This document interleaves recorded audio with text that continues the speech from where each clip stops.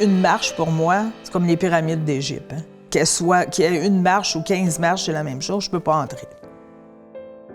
J'ai ressenti les premiers symptômes de la sclérose en plaques, ce que je savais pas à l'époque, justement en faisant une pratique avant une compétition de danse.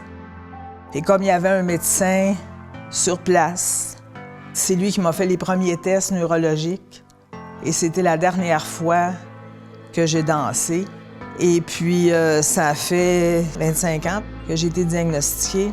Et c'est comme ça que je fonctionne à tous les jours. Je voyais que je pouvais pas aller à telle ou telle place, comme vous pouvez aller. Fait que c'est ces frustrations-là qui ont fait en sorte que je me suis dit non, il faut que ça cesse.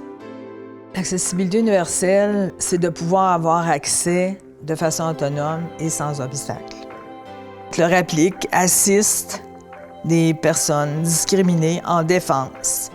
On travaille sur des dossiers très chauds comme la violence conjugale faite aux femmes handicapées, refus de soins médicaux, ça arrive très souvent.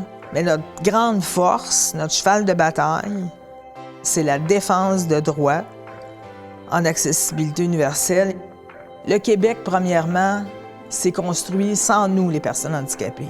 Sauf qu'en 1975, le Québec a adopté la première loi du Québec qui s'appelle la Charte des droits et libertés de la personne, qui parle de « il faut que tout le monde, dépendamment de sa situation, doit pouvoir avoir le droit aux mêmes biens et services que tous ».